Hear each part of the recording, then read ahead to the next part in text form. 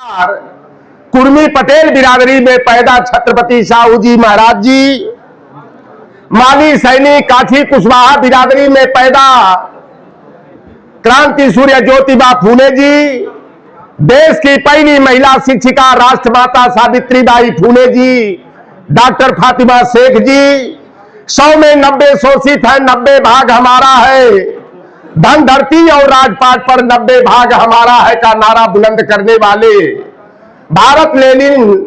बाबू जगदेव प्रसाद कुशवाहा को नमन करता हूं और नमन करता हूं जिन महान विभूतियों के आंदोलन की बदौलत हम सभी को वयस्क मताधिकार का अधिकार मिला। बाबू रामचरण निषाद जी, राम प्रसाद अहिर जी, राजा राम कहार जी, शिव दयाल चौरसिया जी को नमन करने के साथ साथ गुदड़ी के लाल, देश के सच्चे जननायक कर्पूरी ठाकुर जी और जिस महान विभूति की बदौलत हम लोहार कुहार सुनार तेली तमोली बरई बारी नाई धोबी मला केवट कुर्मी काछी अहिर जाट गुजर आदि जातियों को 27% प्रतिनिधित्व का अधिकार मिला। बाबू बिंदेश्वरी प्रसाद मंडल जी को नमन करता हूं और नमन करता हूं विश्व की चौथी और भारत की पहली क्रांतिकारी महिला वीरांगना बहन फूलन देवी जी को। और आज जिस महापुरुष की जयंती के अवसर पर रायबरेली की धरती पर हमें बोलने का अवसर मिला, जात को जमात में बदलने वाले परम पूज्य मान्यवर कांसी राम जी को नमन करता हूं। सम्मानित इस कार्यक्रम जिनके निर्देशन में आयोजित किया गया, रायबरेली के जानदार शानदार जिला अध्यक्ष भाई डॉक्टर वीरेंद्र यादव जी, आरपी यादव जी, शशिकांत शर्मा जी, शिव दुलारी यादव जी और सम्मानित विधायक आदरणीय श्याम सुंदर भारती जी, राम प्रताप यादव एडवोकेट साहब, शिवमूर्ति सिंह राणा जी, अरशद खान साहब जो जिला महासचिव की जिम्मेदारी को बड़े शिद्दत से जो है कि निभाते हैं, राजेश मौर्य जी, बिंदेश्वरी पासी जी, शिव पूनम मौर्य जी, शकील मंसूरी जी, बिंदेश्वरी पासी जी, सुरेश पासी जी, राजेंद्र यादव जी, जुगेश पटेल जी सहित मनीष देव पाल के साथ साथ यहाँ पर जो भी हमारे पिता तुल्य बड़े बुजुर्ग हैं, नौजवान साथी हैं, मैं आप सभी का हार्दिक अभिनंदन वंदन एवं स्वागत करता हूं। इस समय मान्यवर कांसी राम जी को लेकर के उत्तर प्रदेश में बवाल एक खड़ा हो गया है और मैं पहले बता देना चाहता हूं कि कोई महापुरुष किसी का व्यक्तिगत प्रॉपर्टी नहीं होता है। बहन मायावती जी हम लोगों पर उंगली उठाने का काम कर रही हैं कि जो कांसी राम का विरोध करते थे, आज वो मान्यवर कांसी राम जी की जयंती पर पीडीए दिवस का आयोजन कर रहे हैं। मैं बता दूं कि मान्यवर कांसी राम जी को अगर लोकसभा में सबसे पहले अगर किसी ने भेजने का काम किया तो इटावा की सामान्य सीट पर जो है धरती पुत्र परम पूज्य मुलायम सिंह यादव जी ने चुनाव लड़ा करके भेजने का काम किया। 1993 का जब गठबंधन हुआ, अटल बिहारी वाजपेयी ने कहा था कि ये मुलायम सिंह यादव और कांसी राम ये हमारे पैर में कांटे और कील की तरह चुभते हैं, अगर इनको नहीं निकाला गया तो ये बहुजन वर्ग वाले पूरे देश पर कब्जा कर लेंगे। और उन्होंने ब्रह्मदत्त द्विवेदी ने जो नाटक किया, भैया हमारे विधायक जी हैं, ये लोग बड़े करीब रहे हैं, ब्रह्मदत्त द्विवेदी ने जो गेस्ट हाउस कांड कराया, तीर का तार बनाया, कोई मामला नहीं, लेकिन हमारी समाजवादी पार्टी को नेताजी को बदनाम करने और जो बहुजन का एका था उसको खंड खंड करके जो है हमारी ताकत को कमजोर करने का काम जो वर्चस्ववादी ताकतों ने किया, जिसका रोना हम लोगों को कभी कभी रोना पड़ता है। यह जो 2027 का चुनाव है हमारा हम लोगों के लिए बड़ा अहम है। और एक बात मैं बता देना चाहता हूं, हमारे शिवमूर्ति राणा जी के साथ कई बार हम लोगों को काम करने का बुंदेलखंड में अवसर मिला। जो जातिवादी होता है वो समाजवादी हो नहीं सकता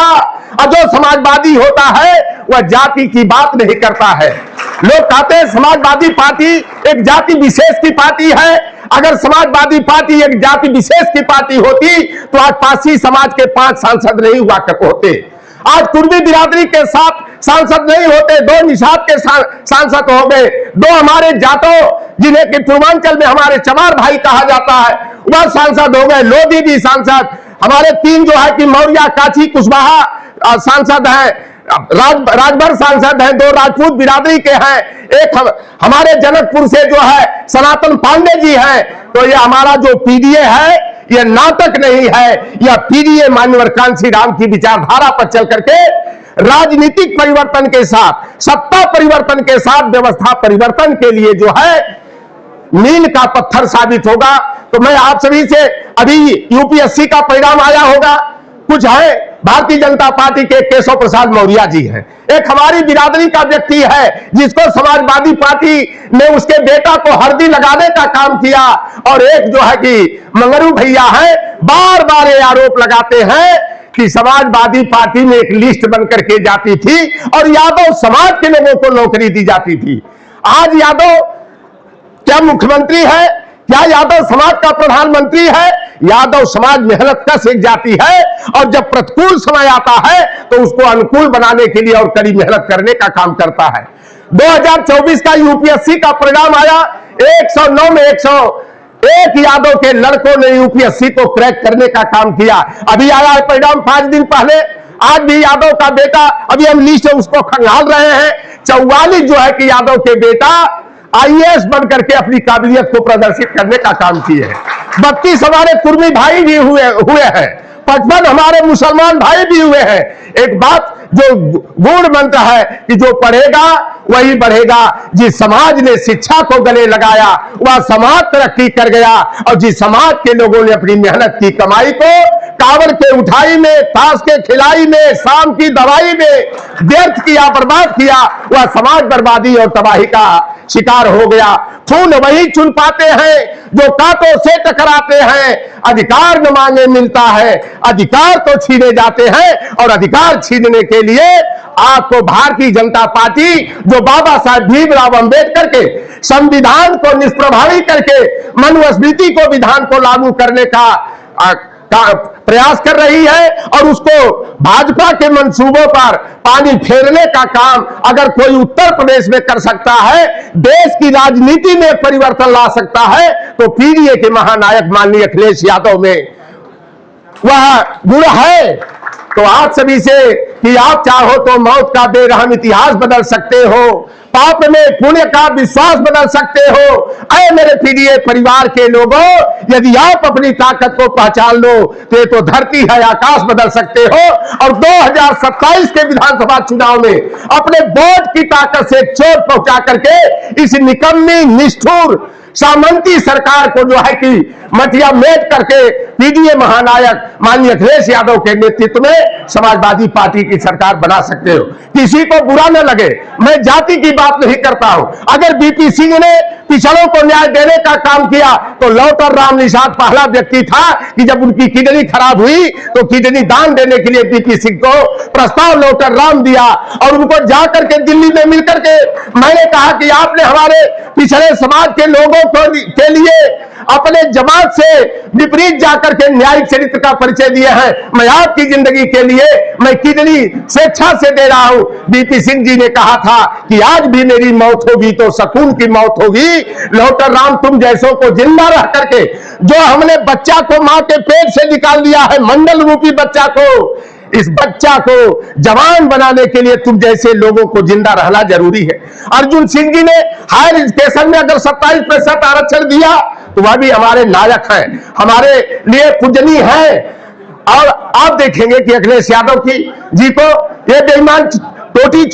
चोर कह करके बदनाम करने का काम करते हैं। जिस अखिलेश यादव ने 18 लाख की संख्या में लैपटॉप दे करके हमारे बच्चों को नई तकनीक से जोड़ने का काम किए। अगर यूपी 100 बना या वुमेन पावर लाइन 1090 चला तो उसका लाभ केवल यादव और मुसलमान समाज को नहीं मिला। अगर अखिलेश यादव जी की सरकार ने 102 नंबर 108 नंबर एम्बुलेंस चलाया हो, चाहे 38 लाख की संख्या में समाजवादी पेंशन बेरोजगारी भत्ता देने का काम किया हो, चाहे 56 लाख विधवाओं को दिव्यांगों को समाजवादी पेंशन दिया, तो उसका लाभ केवल यादव और मुसलमान को नहीं मिला। इसलिए हमारे जो यादव भाई विशेष करके हैं, ये संक्रमण का दौर चल रहा है और आपको संयम और धैर्य बरतना है, कहीं गलती ना हो जाए कि ये भाजपा वाले ट्रोल करके हम लोगों को बदनाम करने का काम करें। आप देख लीजिए, जलेश्वर मिश्रा ने चारा चोरी किया, लेकिन जातिवादी दीपक मिश्रा ने लालू प्रसाद यादव को पिछड़ा होने के नाते जेल और जगन्नाथ मिश्रा को ब्राह्मण होने के नाते जो है कि बेल दे दिया। आप देख लीजिए कि जो देश में सबसे बेहतर काम किया, अखिलेश यादव जी को टोटी चोर बना दिया। हमारे जोगेश्वर श्री कृष्ण जी, जिनके यहाँ हजारों गायें पलती थी, दूध दही की नदियां बहती थी, जोगेश्वर श्री कृष्ण जी को बेईमानों ने माखन चोर कर दिया। ये गाली देते हैं हम लोगों को, इसलिए आपको जानने की जरूरत है। अब आप देखे होंगे कि बाबू राम नरेश यादव हमारे पड़ोसी थे, जब रोस्टर सिस्टम के तहत छेदीलाल साथी निषाद के प्रस्ताव पर 15% आरक्षण ओबीसी को दिए, यही बेईमानों ने गाली दिया, राम नरेशवा वापस जाओ, लाठी लो गाय भैंस चराओ। जब जननायक कर्पूरी ठाकुर ने बिहार की सामंती धरती पर पिछड़े वर्ग को 20% और पिछड़ी जाति की महिलाओं को 3% और गरीब सवर्णों को 3% आरक्षण दिया, तो यही वर्चस्ववादी सामंतों ने गाली दिया कि आरक्षण कहां से आई, कर्पूरिया कमाई भी आई, कर्पूरी कर्पूरा दाढ़ी बना ले उस्तूरा। और एक नारा और दिया था, हम उस समय जूनियर हाई स्कूल में पढ़ रहे थे, कहा क्या कि दिल्ली दरबारे से चमड़ा ने भेजा संदेश, दाढ़ी बनावे कर्पूरी, गाय भैंस चरावे राम नरेश। इस तरह की बातें संविधान निर्माता बोधिसत्व बाबा साहब ने संविधान के अनुच्छेद संख्या 15(4), 16(4) में समुचित प्रतिनिधित्व की व्यवस्था को दिया। और आज ये लोहार कुहार सुनार तेली तमोली चमार पासी धरकार हो, डोम हो, बसफोर हो, गोड़ हो, खरवार हो, आज गांव का प्रधान बन रहे हैं, पार्षद बन करके, प्रमुख बन करके, मेयर और चेयरमैन बन करके जो कुर्सी पर बैठ के कलम चलाने का अधिकार मिला है, तो बाबा साहेब ने तो कानून बनाया, लेकिन धरातल पर उतारने का काम, संपूर्ण क्रांति के मिथक को स्थापित करने का काम, देखन में छोटन लगे घाव करे गंभीर। एक हरवाहा चरवाहा के घर में पैदा व्यक्ति जिसने गरीबी को बड़े करीब से देखा था, उन्होंने जो है पंचायत राज अधिनियम के माध्यम से वह अधिकार दिया कि हमारे वंचित वर्ग के लोग कुर्सी पर बैठ करके आज कलम चलाने का काम कर रहे हैं। मुझे ऊंचाहार भी एक कार्यक्रम में जाना है और आप सभी से मेरा आग्रह और निवेदन रहेगा कि आप लोग गांव-गांव में जाकर के अपने जो बिछड़े हुए भाई हैं उनको जो जगा करके, जोड़ करके, गले लगा करके 2027 में अगर परिवर्तन नहीं आया, तो मैं तो बचपन में देखा हूं विधायक जी कि हम लोग जब जाते किसी गांव में जाते थे, हमारे गांव के एक यादव जी 70 बीघा के काश्तकार रहे, यादव में बड़े जमीन वाले माने जाते थे। एक राय साहब के घर पर गए, हमारे एक भाई थे बिंदेश्वरी यादव जी, अंग्रेजी के प्रवक्ता जाकर के खटिया पर बैठ गए। वो तर्रा के कहे कि ये नंजतिया की हिम्मत कैसे हुई खटिया पर। वो 7 तक पढ़ा हुआ व्यक्ति इंटर कॉलेज के लेक्चरर यादव को करा खटिया पर कैसे बैठ गया। तो आज जो खटिया पर बैठने का जो अधिकार मिला है वह बाबा साहेब भीमराव अंबेडकर के संविधान से मिला, और उस संविधान की रक्षा करने की आज जिम्मेदारी अगर किसी में है तो वह अखिलेश यादव के कंधे पर है। बहन मायावती जी इस समय बड़ा जो है कि भाजपा वाले IT सेल वाले स्क्रिप्ट लिख करके भेज रहे हैं। और विधायक जी मैं जानना चाहता हूं, आज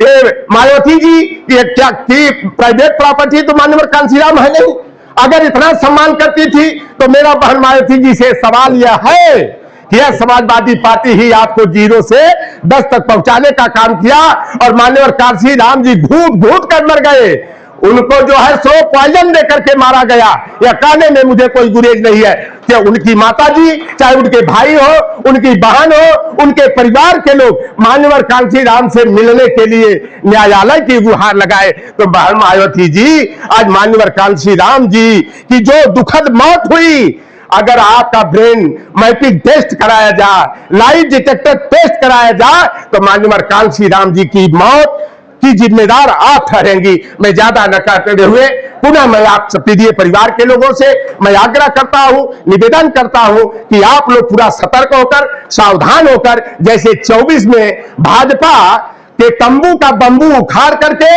घुटने पर लाने का काम किया, 2027 में हम लोगों को विश्वास है। मैं तो क्षेत्रों में जा रहा हूं, जनता पूरा परिवर्तन चाह रही है, क्योंकि इस सरकार में छात्र, नौजवान और किसान सभी परेशान है। आज ठाकुर के बेटे हो, बेटियां हो, चाहे ब्राह्मण के हो, जो पढ़ लिख करके आज जोमेटो का खाना 13,000 12,000 पर सप्लाई कर रहे हैं, उनके भविष्य के साथ खिलवाड़ करने का काम किया जा रहा है। तो सारी समाज के जो युवा पीढ़ी है वह भाजपा की सत्ता को से हटा करके अखिलेश यादव जो विकास की विचारधारा पर चलने वाले नायक हैं, उनके नेतृत्व में उत्तर प्रदेश में सरकार बनाने का सपना देख रहे हैं। 10 महीना का सिर्फ समय है, इसमें मेहनत